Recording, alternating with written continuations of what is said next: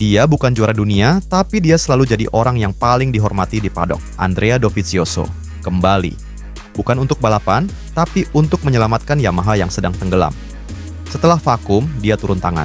Mesin baru Yamaha, prototipe 4V, kini ada di bawah kendalinya.